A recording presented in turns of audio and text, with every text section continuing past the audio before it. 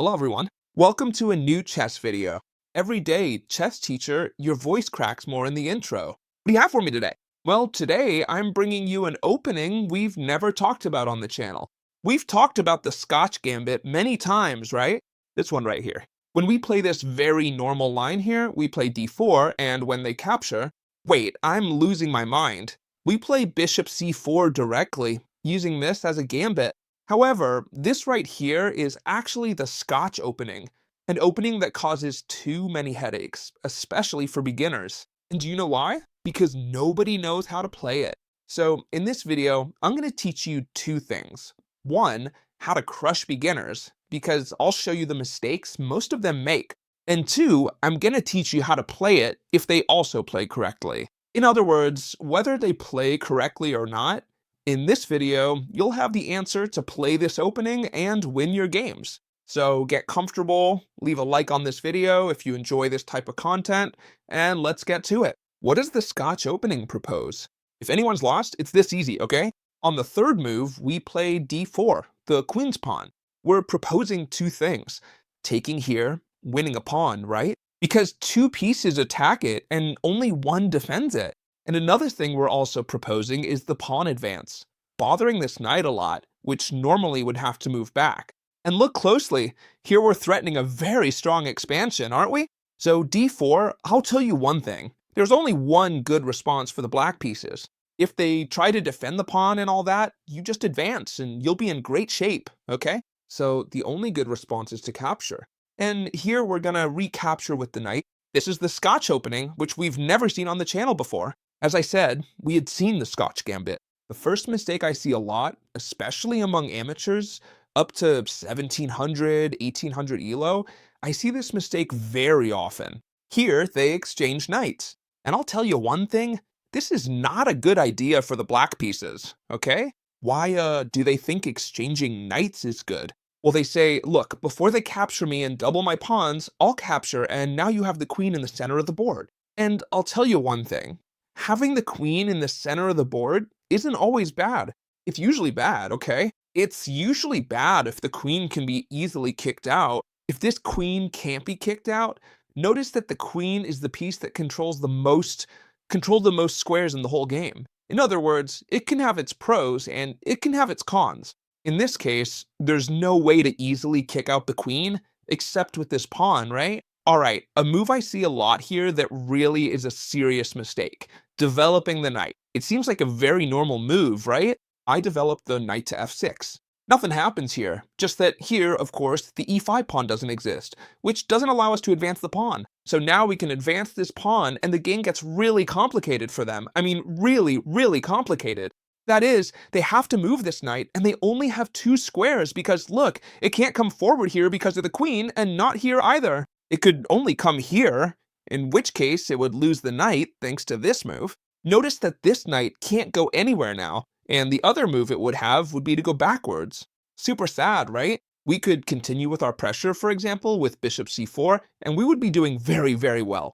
There's a resource I've seen many people use, which is, well, if the queen is the one covering all the squares and all the possible knight jumps, I'll just kick it out with c5, defended by my bishop. And when you move the queen, then I'll place the knight on whichever square you leave me. We're going to place the queen here, and I'll explain why we want to place it here, precisely so as not to get in the way of the white bishop's diagonal. And now the black pieces say, well, perfect, so now I can jump with the knight, and on top of that, I'm threatening your queen. However, it's true that it seems like they're saving themselves, but they're actually even worse off, huh? There's nothing to fear here. What do you have to do? Well, the only thing you have to do is threaten the knight with the queen again, queen e4. Now, where can this mate go? Well, if you look closely, it only has one square, which is to come here, where we would simply exchange this bishop for this knight, we would double the pawns, and this position would be a steal for us. If, on the other hand, they try, which is what I came across the other day, to play this move here, right? d5 attacking the queen, this is of no use to them because we can capture en passant, giving a discovered check. They can't block with the bishop, they can't block with the queen. Thanks to this pawn, they can only block with this bishop on e6. And now we would simply have several completely decisive moves. The great move is this one here, right? We give check with bishop b5, and they're gonna have to resign.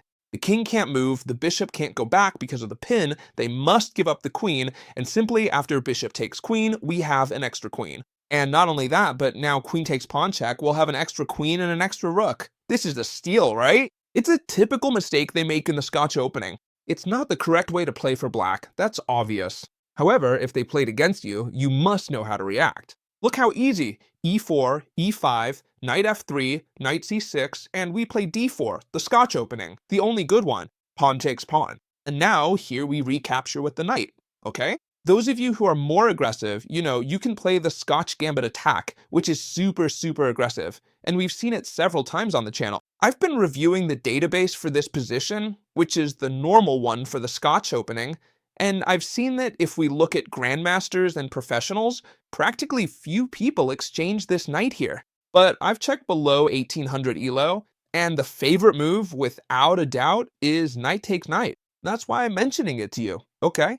Now we're gonna see, don't worry, what happens if they don't do that and play well, because it's also very simple. But here, as I just told you, this queen is very well placed. Knight f6 was a mistake, right? We'd advance and win the game almost for sure. What should they do? Well, it's much more prudent to play d6. It makes perfect sense, right? Why? Because d6 simply stops the possible advance of the e-pawn, so they can develop their knight normally.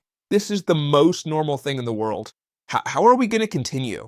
Well, by developing our pieces. In this case, I'm going to recommend, and keep this in mind, notice I'm teaching you very few moves. They're easy to memorize. Some of you will memorize them in the first round of the video, others will need to watch the video more times. That's absolutely fine. You'll always have it at your disposal, so save it well. Perfect. Here's the trick I'm going to give you. Pay attention, okay? It's to castle long, and this trick will help you a lot. Pay attention. For example, now they can develop the knight. It makes sense because now e5 wouldn't be as strong as before. It would be stronger now to develop the bishop. What are we doing? Developing the queen side. We develop the queen, we develop the knight, and we develop the bishop. In other words, whenever we capture here with the queen, we develop the queen side and castle long. Look how simple it is. We put on a brutal pin. Now we really threaten this, maybe f4 and e5. Since we're going to castle long, these pawns can advance. The logical thing is for them to play bishop e7, since this bishop can't go anywhere else, right? And so thanks to this pin, they defend with bishop e7. It's the most used move, by far, right? And what are we going to do? Castle long. Notice that we've achieved exactly the plan we had, and you'll always achieve it, because it's very simple. You develop the knight and the bishop, and you castle long. The opponent, logically, is going to castle short, right? I mean, it's the most normal thing, by far. This is a good move. We're ready for her. Once castled, we'll break at e5. You might ask, why now and not before? Well, now you have the advantage of being castled and having the rook aiming at the queen. And you'll say, yeah, but now if they capture, nothing happens either. Because look, they capture, I capture the queen, you capture here. At most, there'd be an exchange of rooks, right? And nothing would happen here. Well, no, look closely. The idea here is that when they capture, because they must capture, right? Because if they move the knight, they'll be very passive. We could exchange here and then exchange here. They'd have doubled pawns. They must capture, and then we recapture with the queen. And thanks to this, we're opening the file to attack their queen. Logically, they don't want to get into trouble and pin their own queen. This would be good for us. In this case, maybe it's better for them to move the queen away. However, moving the queen away has a very serious problem. Do you know what problem that is? Well, the problem is this. First we capture this pawn, and now here, against almost any move, against almost any. The most used one is bishop e6. It could also be bishop f4, bishop g5, right? Even bishop d7. Against almost anyone, let's see, bishop, ds, bishop e6. I can't even speak, chess teacher. What's wrong with you, huh? What's wrong with you? Well, here we're going to play this move right here. Beautiful, because what we're doing here is winning a piece. Why? Because we attack the queen, and this queen can't keep defending this bishop. See? They have to move the queen, and we're simply going to go queen takes bishop. See this big difference between advancing now and advancing before? Thanks to the rook's file, the queen couldn't keep defending the bishop. The queen was constantly in trouble with the file, and that's why this attack is much stronger with long castling. Stop with the nonsense, chess teacher. You're very worked up today, huh? And what happens if here in the Scotch opening, they don't capture my knight? Why doesn't anyone capture my knight? First, why are you so worked up today, chess teacher? Well, because it's been raining nonstop for 2 weeks, you know? And today, the sun finally came out. And when the sun comes out, I finally get happy. So you'll have to forgive me, okay? You'll have to forgive me for being a bit more annoying today. What happens when they don't capture here? Well, this is the simplest thing in the world. The Scotch opening is very simple, I assure you. You'll be able to play it very successfully because there's not much mystery to it. If they trade here, you've already seen that you have some spectacular plans. Simply capture with the queen, develop knight and bishop, and castle long, and it's the simplest thing in the world. But what happens if they don't capture the knight, which is the correct move? For example, they play knight f6, attacking this pawn. Now we can't advance anymore because knight takes e5 would simply follow and nothing happens here, right? What do we have to do? Well, it's very simple. Simply, you must keep one thing in mind. Don't play bishop d3 to defend the pawn because they'll simply capture your knight. You must keep in mind that there's this natural tension between two knights, and our knight is well defended by the queen. Don't place pieces between the queen and the knight before trading these knights. Very well, so we defend with knight c3. Look how simple, right? And no matter how much they keep pressing us, which they are doing, huh? Why? Because it's the only way black has to apply pressure. Now it seems like we're in trouble. They're pressing this knight, they're pressing this pawn, the knight is pinned, right? If we play bishop d2, careful, trouble, they'll take here because we've placed a piece between queen and knight. What should we do, chess teacher? What should we do? Are we lost? No, don't worry, it's very simple. Let's see.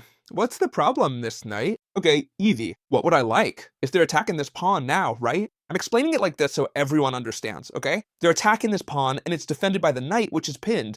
So then I defend the pawn again. Well, what happens if I defend the pawn?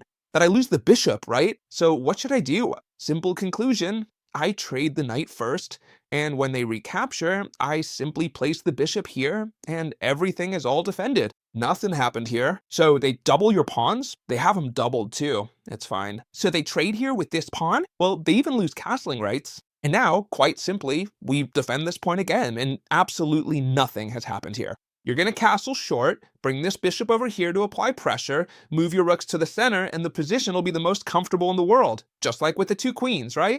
Absolutely nothing changes here. With the two queens, we're in the exact same spot here. And one thing you should keep in mind, which I almost forgot, in the Scotch opening, this is super important, okay? Whoa, I'm going crazy. You know I'm feeling aggressive today. I used to be a Scotch player, you know? I'm gonna explain that I was a Scotch player. Here, when you play the Scotch, there's one thing you should always keep in mind in your games. You capture here, and now they can play bishop c5. Bishop c5 is a very common move, okay? Why? Because what they're doing now is precisely putting pressure on us with two pieces, right? The bishop and the knight, only defended by one. Is it a good idea to trade knights? Well, it wouldn't be bad, you know? It wouldn't be bad, but this bishop would become very active. I'm gonna recommend a move that has helped me win many games, especially when I played tournaments as a kid, when I was 7 years old, and I had an ELO of about 1800, okay? I find many players who fell for this little, well, let's call it a little riddle, a little trap, where I'd play bishop e3 against them, right? I'd play bishop e3, and they just keep going without thinking at all. Okay, yeah, they think I'm attacking your knight with two pieces, you're defending it with two pieces, and they just keep developing normally. And this is a serious mistake, I mean really serious, because they simply lose a piece. Kill! Well, with knight takes knight. Look, the discovered attack works. Why does it work? Because we're attacking the queen, and since we're attacking the queen, they have to capture the knight first, and then now simply, look, the knight trade, and now we have this free bishop, right? We'd win a piece. What should the black pieces do here to avoid losing a piece? It's obvious, right? We play bishop e3, and they should do one of two things. Either trade pieces here, which would benefit us, or retreat the bishop, which is the right move. In this case, if they played well, then you have several plans. You can develop the bishop and castle short, or develop the knight and queen and castle long and push all the pawns toward the king side. The great thing about the Scotch opening is that depending on how your opponent plays, you can be very creative and have many interesting plans to play. To show you how effective and good it is, no matter what they do, take a close look at this game. Here, the pawn was simply captured, and instead of capturing or playing knight f6 or bishop c5, the normal moves, they play d5. And you might say, sure, chess teacher, all of these are possible, but if they go off theory, if they play something I haven't studied, which happens to me often, what do I do? Well, don't worry, you just have to follow the concepts. The same things you studied, try to apply why that happens, try to do it yourself. For example, here they just leave this space open. Um, they leave this space open. I don't even know what I said. I'm totally crazy today. Completely crazy. Give me a big like, please, so I can finally go fully crazy this afternoon when I see I have lots of likes, okay? Now look, check out what they did. The white pieces pinned this knight, and black decided to defend it with bishop d7. That's already a serious mistake. Why? Because simply pawn takes pawn, and this pawn is totally free, although this isn't a total loss because it's just a pawn. And now black kept on fighting. Look at how the white player finished it off, because it's absolutely beautiful. Beautiful and impressive. Queen e7, check. The white player could have blocked with the queen, the knight, or with either of the two bishops. He decided to retreat his knight, which was under attack, to e2, just to block this check. And now black, obviously, must move this knight, which is being attacked by the pawn. Where they move it? In this case, they move it here, to the center of the board. All right. White simply decided to trade this bishop before losing it, obviously, and black, took with the queen. No, sorry, they took with the knight. Chess teacher, try to remember the games you show me, because if even you don't remember, let's see what's gonna happen here, right? All right, white castles. Now, the queen here should move away, because rook e1 is coming, and careful, careful, don't lose your queen. Queen d6 for black, bishop f4, putting on a lot of pressure. Notice that the white pieces have a coordination that black will never have. They come over here to attack this spot, and a huge mistake, take him as pawn. Don't be greedy, friends. Don't be greedy for a pawn. Look closely, now rook b1 is coming, the queen has to move, and the final blow, they jump with the knight to b5, attacking the queen and attacking this fork here. Black, no matter how much they try to defend this spot, since we have the bishop, white finished with knight takes c7, check. The king must move, knight takes rook, and it ended like this, putting this bishop here, bishop c7, check, and they're going to gobble up your queen on the next move. This is just an example so you can see how the Scotch opening destroys. Logically, black made mistakes, but be careful because your opponents, unless they're Magnus Carlsen, will always make mistakes. So let's try to make the most of them. I hope you really enjoyed watching this video. Please consider leaving a like, okay? Please, a big thumbs up, and save this video in case you want to review it, as I highly recommend the Scotch opening. If you want me to go a bit deeper into this opening, because I've left out many lines to explain, obviously, let me know in the comments, and I'll make another video going into more detail, a slightly more serious video, with more variations. Leave it in the comments, and we'll see, okay? Alright, I really hope you loved this video, and I'll see you tomorrow in the very next one, my friends. Bye for now.